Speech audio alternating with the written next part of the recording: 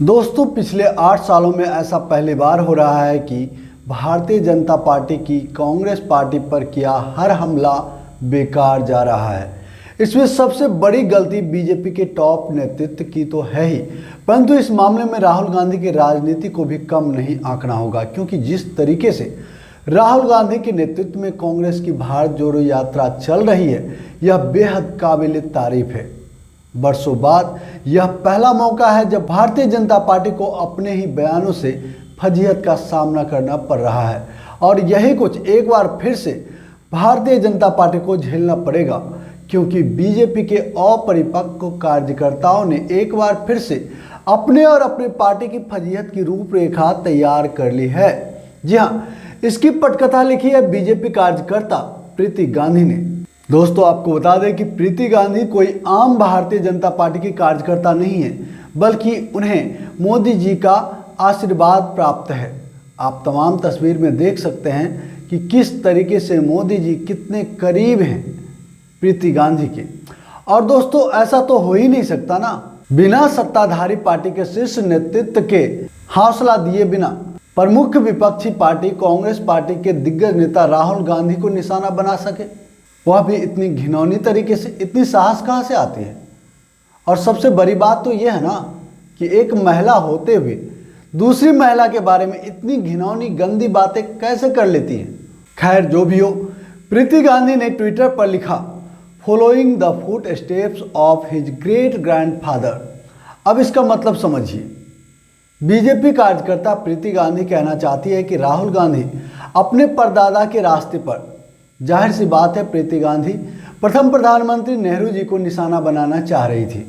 BJP कार्यकर्ता ने south की एक्ट्रेस पूनम कौर के साथ राहुल गांधी की यह तस्वीर ट्वीट की, जिसके बाद एक्ट्रेस पूनम कौर ने खुद बीजेपी वर्कर को करारा जवाब दिया। और यकीन मानिए, उसके बाद बीजेपी की वह कार्यकर्ता चुप्पी साध ली। एक्ट्रेस पूनम कौर ने लिखा, यह पूरी तरीके से अपमानजनक है। याद रखें, प्रधानमंत्री ने नारी शक्ति के बारे में बात की थी। मैं चलते हुए लड़खड़ा गई थी, तब सर ने मेरा हाथ पकड़ा था।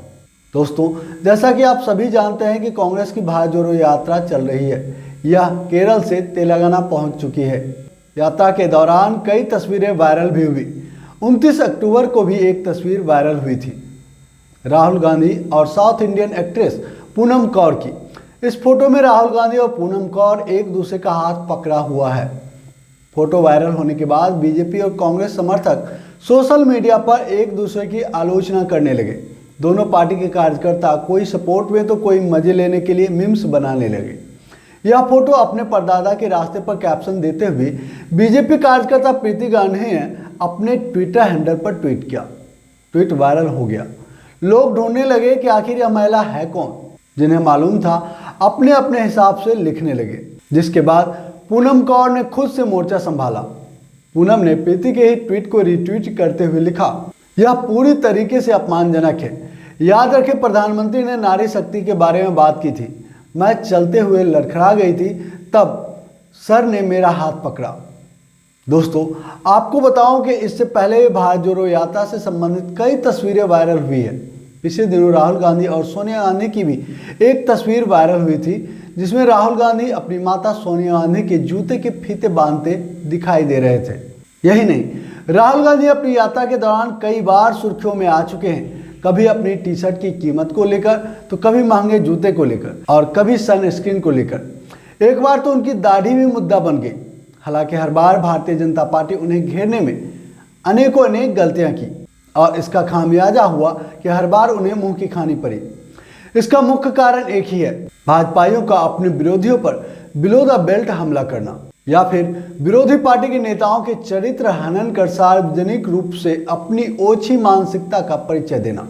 होना क्या था, इस बार भी अपने ही चाल चलन की वजह से खुद की और पार्टी की दोनों की फजीहत करवा ली। और भाजपाइयों का यही तरीका अगर ऐसे ही बदस्तूर चालू रहा तो ऐसे ही ये बार बार शर्मसार होते रहेंगे और अपने शीर्ष नेताओं को भी शर्मसार करते रहेंगे। हालांकि दोस्तों, मैं आपको बताऊं कि यह इनके लिए कोई नई बात नहीं है, क्योंकि इनकी पार्टी की शुरुआती रणनीति यही होती है। जैसा कि आपने देखा भी होगा, पूर्व में कांग्रेस पार्टी को सत्ता से हटाने के लिए भी इन्होंने गांधी और नेहरू जैसे पूर्व नेताओं को भी बदनाम करने से नहीं चूका।